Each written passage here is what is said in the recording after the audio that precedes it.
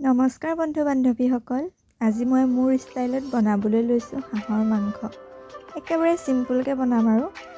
এখন প্লেটত গোটাই লৈছোঁ, দুটা পিঁয়াজ কাটি ল'লোঁ, আদা নহৰু, কেইটামান শুকান জালুক, তেজপাত লৈছোঁ আৰু কেইটামান জলকীয়া।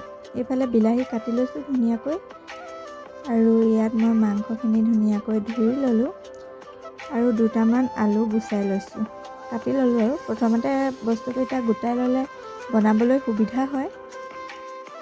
তেতিয়াহ'লে মইনো কেনেকৈ মাংসকণ বনাওঁ আপোনালোকে ভিডিঅ'টো চাই থাকিব দেই।